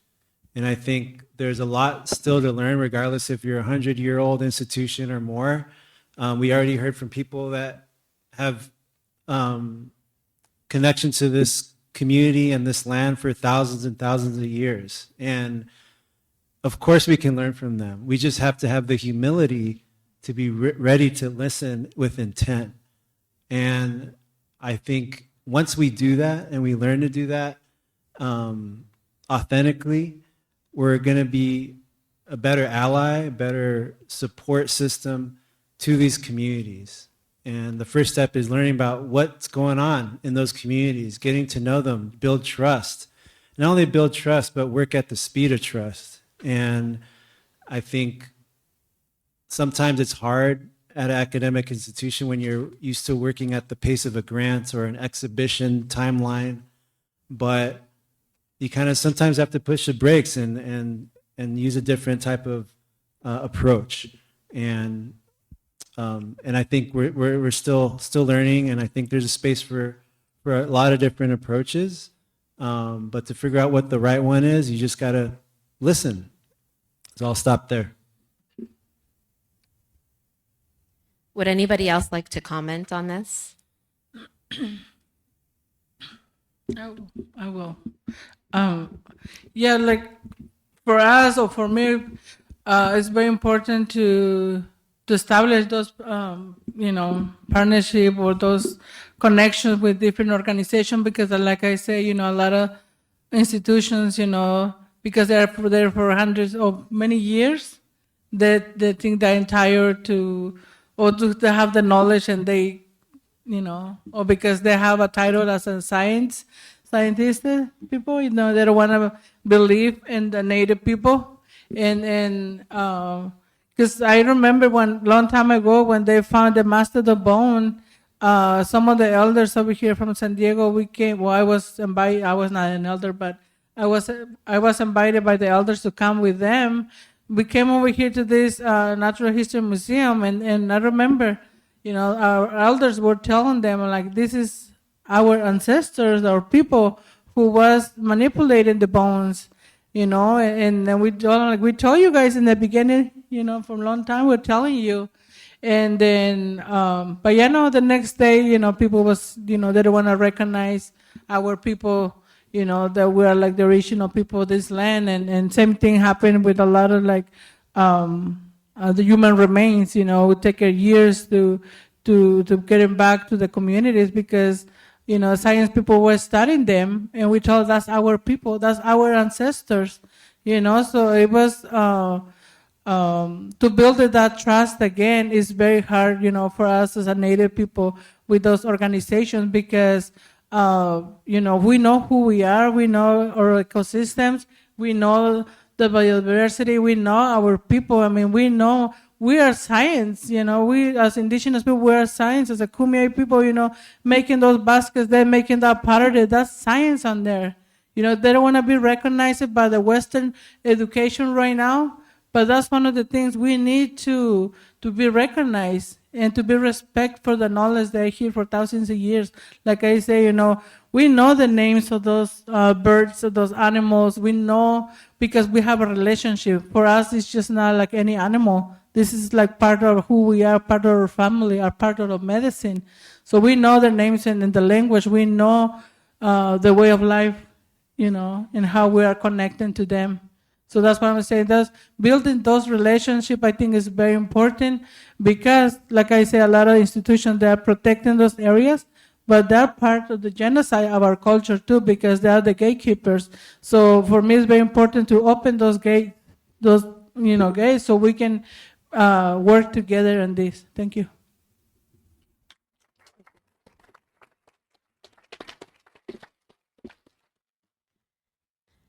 Diego, what does it look like for you for building these bridges among kind of these traditional science systems and the community?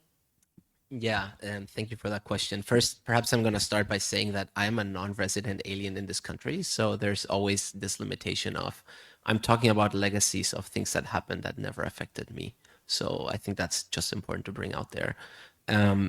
In terms of making connections, I've always found it easier to make connections in Spanish, but that's just easier for me. So something that I try whenever I go to a new place where I'm not off place, for example, I was just in Ecuador, is to not arrive as a scientist, but arrive as a soccer player or as someone that you can have a normal conversation off. And then after a while, I will bring up that, yes, I am a scientist, but that's not why I came to this place. I came to learn what is going on in the community. And very quickly, then people start showing up a bit more trust. There's this saying in Mexico that there's this 3 steps of community engagement. The first one is the patio, when someone tells you no, go out, then the door, and then the tequila. And when you have the tequila is when people start opening up and listening to you. But in order to get the tequila, you need to move from the patio to the door, and that also needs that you bring your own personhood in. So I think normally having open minds, and I mean, I mess up all the times and make mistakes, and I think owning them when they happen and just almost taking it with humor, being like, oh yeah, I'm not from here, I'm never gonna claim that I am, but I'm really interested in birds, or so are you, so like, how can we find these overlaps?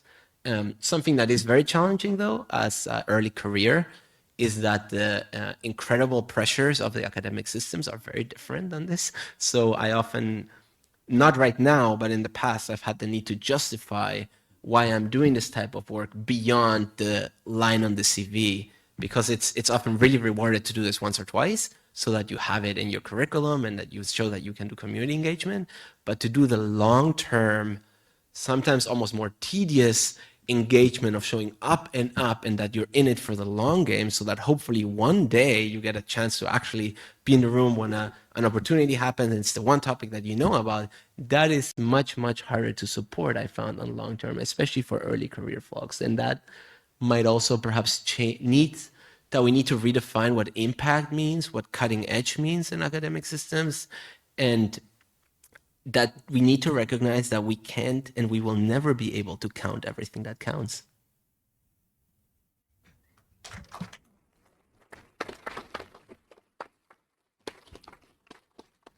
Mirna, working with Terra Peninsular in Mexico, in San Quintin, and being a local community-based organization embedded in the community, what do you think are some of the benefits of coming from a small CBO and working in the community? Oh, well, CBO. Can you? I'm sorry, community-based organization. So being from a smaller organization, how do you feel that this organization helps to provide structure or resources that otherwise might not be available in these communities?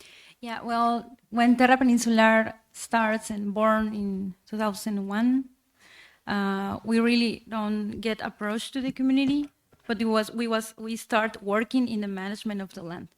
So now we know that we need to start in the beginning working with the community. So I think it's we are learning a lot from these steps.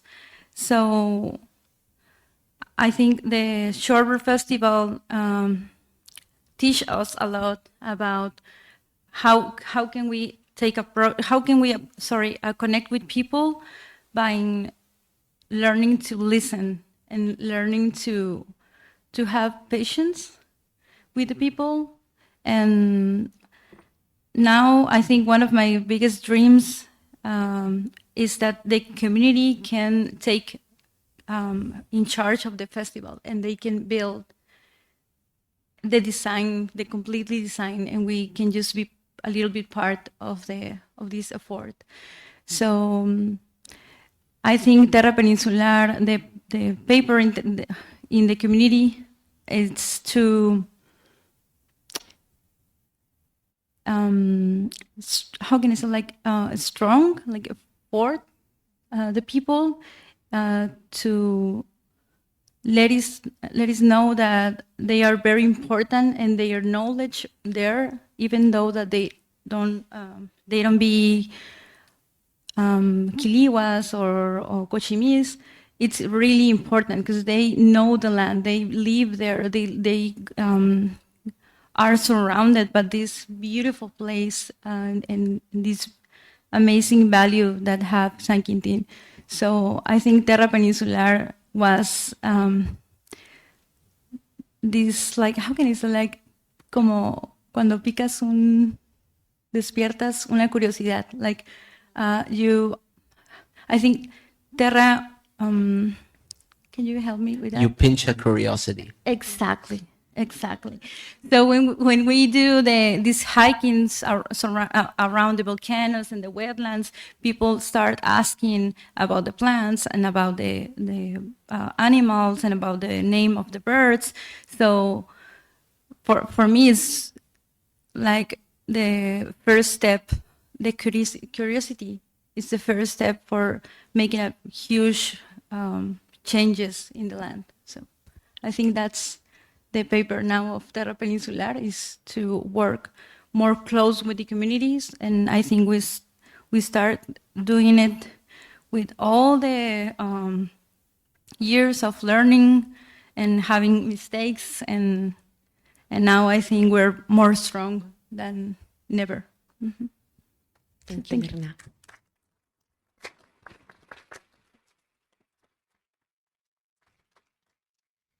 I hope that they have also piqued your curiosity, and I would love to open up for more questions from the audience. We have a few moments for a few questions. You can raise your hand and yell it out. One in the back.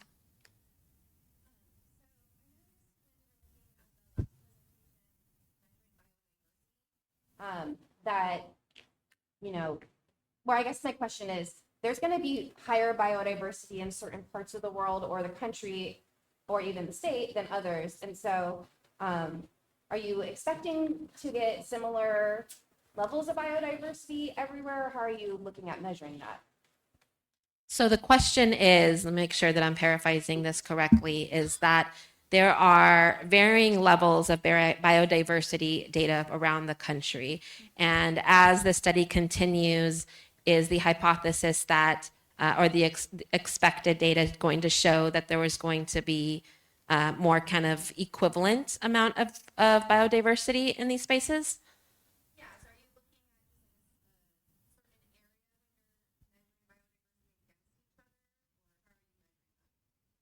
Are you looking at a certain area against each other, or how are you measuring that? I would first perhaps mention that and completely acknowledge that some parts of the world have absolutely more biodiversity than others. And this is starting with the tropics having higher biodiversity than northern latitudes. I think it's really important to make the distinction between actual nature in front of our eyes and then the amount of data that we have to make decisions and buy land and make these conservation decisions. Ultimately, what is being fed into these large data-hungry models that are increasingly AI nowadays to basically tell us where should we protect 30% of land and invest accordingly. I think for me, it's more about an issue of, is there much less biodiversity in certain neighborhoods than we would expect based on our understanding of these broad biodiversity patterns? And are these consequences of not having invested enough resources, working with local community members and systemically perhaps taking them from opportunities to digitize such information, or is it that there's actually less biodiversity? And I think this is a really, really important distinction. And if I can go even one step further, I think it's really important to start looking at how some of these biodiversity initiatives get funded and who they're funding to, and perhaps how cool would it be to provide opportunities for any of these grassroots organizations to say, hey, let us do a BioBlitz or a city nature challenge in these neighborhoods and figure out if there's actually much more biodiversity than what we have categorized. And this is actually an act of conservation to my eyes that has all these co-benefits of education. So I think it's exactly to your point, figuring out, is there actually less biodiversity or is there just, we haven't looked? And there's a lot of different ways to figuring those steps out, whether it's a socioeconomic artifact, whether we haven't archived it, because some people might know for decades where their birds are, but because they're not in a digital infrastructure, that doesn't mean that they're necessarily discoverable for these big models that then lead to decision makers to invest hundreds of billions of dollars.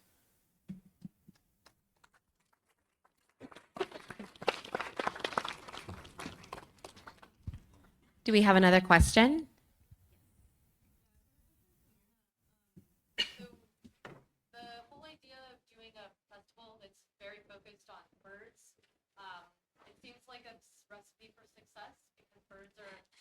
Charismatic, sort of like an entryway for a lot of people, and they're also like a pretty specific thing as opposed to biodiversity. So I'm curious to know if you guys have other ideas for other types of festivals for other creatures, because I think San Diego could really learn from that. I think we have a lot of opportunity to create festivals around certain creatures or groups of creatures, and I just would love to hear more about your plan. The question is for Mirna, asking about if there are other ideas for charismatic flora or fauna for future events. Thank you for the question, because it's a very interesting question. So one thing that I don't say was that when we started the Shorebird Festival, people was like, birds, like shorebirds, but yeah, like it's boring, right? Oh, it's super hard to identify the bird. It flies so fast, and yeah, so people was like no truly interested. So the strategy for us was to create activities to explore the habitat of the shorebirds. So, and that's where we start talking about the importance of the place. So we do with the how can I say, like, with the help of many of people that work also in the San Diego Natural History Museum, as such as Sula Vanderplant and with other partners, we do hikings to identify flora. So people is more interested in in flora than in birds in the past. So, and we also, for that reason, we start doing these painting classes, yeah, and workshops. So we go with the people, with these teachers and the kids to the wetlands to get inspired, and then take the time to contemplate the place and to see the birds. So it was a very slow work, and we do a lot of things, and now we have tours in kayak to see the birds, and we have these like trail runnings or runner activities to see the birds. So we try to connect all the places and different activities with the habitat of the shorebirds. So now people it's starting doing more, feeling more connected with the shorebirds, but not in the past. So yeah, so it's very fun, because at the beginning when we say it's a shorebird festival, people was like, oh, so boring. But when we say it's a nature festival or festival about birds and nature, was more interested for people there. So now we have people from Alaska, people from California, people from San Diego, but also people from Tijuana, Ensenada, Tecate, and the south of the peninsula. And I think this was because we tried with different like activities, and yeah, I think that's all. Thank you.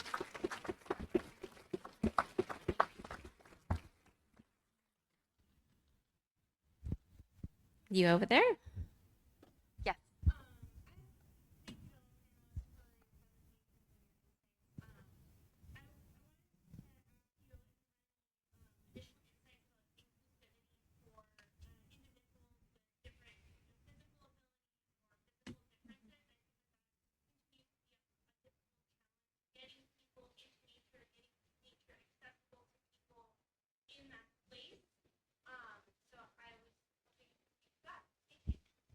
The question is advice for inclusivity for folks who have barriers to access to nature.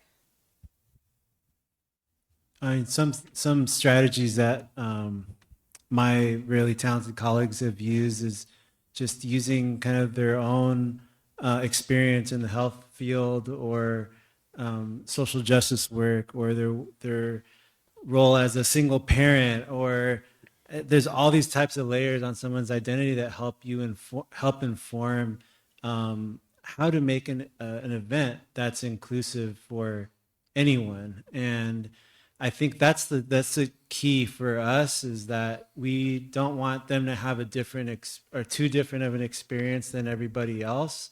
And so how do we what accommodations do we need to create to make sure that experience is just as meaningful to them? And so I think a lot of that starts with transparency and just being kind of truthful about what the minimal requirements are, and not sugarcoat anything. If something is just not accessible, then do your best to make it accessible. But if it's not, don't pretend that you're going to give somebody the same experience. And I think being respectful like that to somebody really goes a long way. But in most cases, there are solutions. We're very creative people, and everybody is. And so if we want somebody to enjoy this experience enough, and they want it too, then it's going to happen. And so a lot of that, for instance, our bat roost counts, we make sure that if somebody needs to experience a bat roost count in a certain way, needs to have extra support from their parent or their caregiver, that we make sure that both the caregiver and the person that needs that support are getting this experience that they want. And we're very clear what that experience will be. And if it is a little bit different, we make sure that they know that it's different and how, so they can make their own decisions like, hey, I still want to participate, or no, like maybe I'll do something else. And so giving them kind of that really clear idea or picture what they're going to get into. And for us, it's like choosing sites that, first it's asking, being proactive, right? You can't assume that people are going to tell you what's going on. And so when we have our registration, we ask people, hey, what are your accessibility needs, whether it's language, whether it's mobility, or other accessibility needs. And so by learning that, then we can kind of come together, have enough time to brainstorm, okay, what are these resources that we need to provide, and then make decisions from there.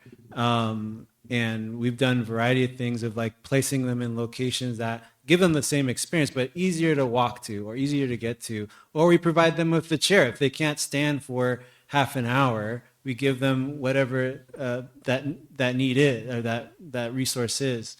So anyway, those are just some examples, but also it's budgeting for that stuff, right? Like a lot of times you don't budget for things that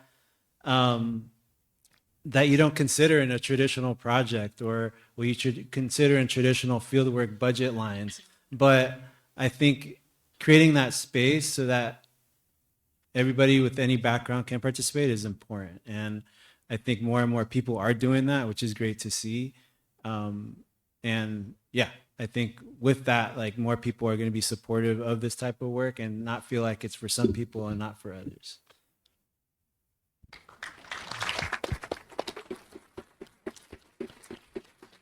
We have time for one more question. Yes.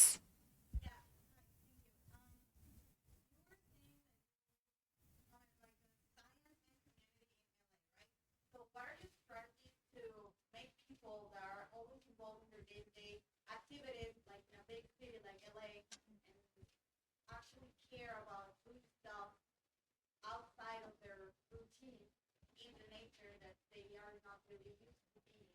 Like, how do you make them care to do an activity like that, take the space out of their routine to do it?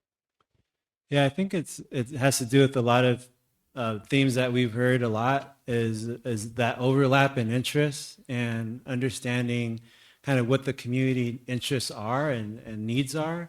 And that takes a lot of time just listening and being prepared. Once you listen, though, like that you take in that knowledge and do something with that information. It's not this performative act. And I think once you get that information, you understand kind of where these overlapping interests are. And sometimes there is an opportunity there, and sometimes there's not.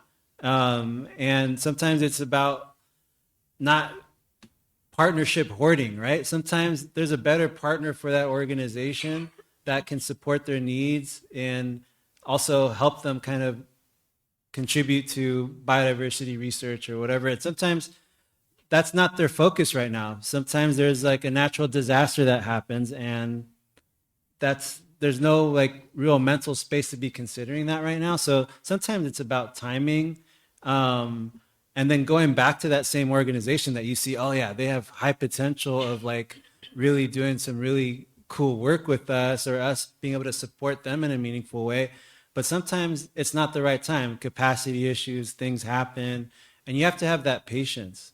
But sometimes you'll hear like what they're interested in and have really clear ways to support them. And then it's about being truthful with them about like, okay, this is what my current capacity is. These are what my resources are. And this is going to have to be your commitment. This is going to have to be my commitment, and then go from there. And I think to reframe it as like not trying to convince them to like what you want or care about what you want, but understand kind of where your interests overlap with theirs, and then see if there's some sort of kind of collaboration there, and making sure that you do it on their terms and that you're not pushing something on somebody. I think that when you treat people with respect like that, and you don't, all people are intelligent, and they're going to see right through you. Like you're an outsider, and they're already going to be on guard a lot of times and be like, hey, these people are pretending to care about what I want, but really they're trying to push this project on me. And so making sure that like Diego said, like you introduce yourself as that soccer player or whatever that is that allows you to kind of just be a visitor, be a respectful visitor, and then see where that relationship goes. That's how I start. And again, be okay with that not going anywhere or not leading to a research project right away. I think just being okay with that, allows this kind of relationship to grow in an organic and genuine way. Thank you. I just want to take one quick moment as we close this panel and give the rest of you the opportunity to kind of expand on this question, because I think that all of your work is really based in relationship and reciprocity. And so why do you keep going back to your community to get them to care? What brings you joy? What sparks this? What keeps you going? So maybe just a sentence or two if each of you want to share as we close out.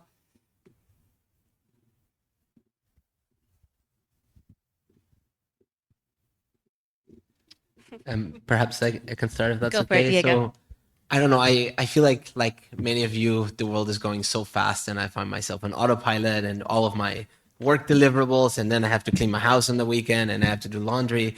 But sometimes it's so easy to go on autopilot, but then seeing like a kid learn something new about nature the first time, or like hold a microscope, or installing a trap camera just makes me smile. And I feel like I did something really good for the world. So I think working in community is the best way of avoiding professional burnout.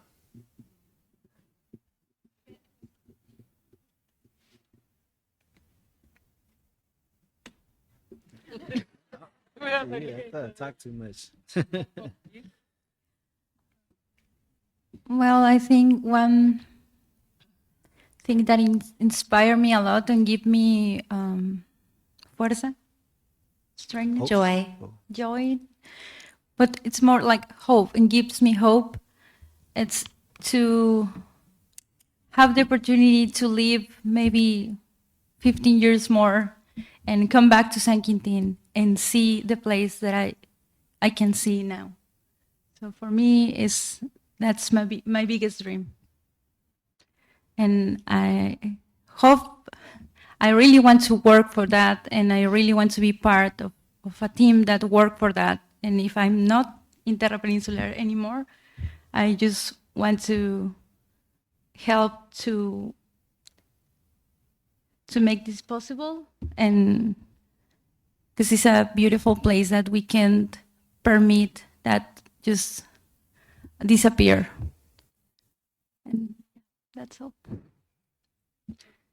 I would like to share that for me, just when we're doing all these activities, working with the elders and the youth, and see how they're happy they are, having those activities and those teaching and stuff like that, making them, see them happy, make me happy. And then sometimes, I'm just doing it because, the ancestors put me in this way to do this work, and sometimes I don't want to do it, but people are like pushing me to do it, so there you go, Sometimes I'm like, what am I doing this for, I don't, I didn't ask for it, it's just, that's the way of life, this is my life, and what I do, I do it because this is who I am, and I really enjoy everything I do in life, so like I say, it's not any, I just do it with love, for our people and for our world, and yeah, the climate change is real, and I think it's important to learn from each other, because like I say, like we have Kumeyaay villages underwater right now. I was last year I went to Alaska with the tribes over there. They tell me the real stories of the people, how those villages are melting down over there in Alaska. So it's very worried about all the stuff is going on to our planet. Thank you. Thank you so much to all of our amazing speakers tonight, and to all of you for being a part of this conversation. We are not outside observers of our ecosystems. We are interwoven. We weave in our cultures, our migrations, and our histories. So as we close, I invite us to ask not just what we're protecting, but how and with whom. Thank you again to all of our speakers, to all of you, and to the NAT for creating this space for these vital conversations. Have a good night.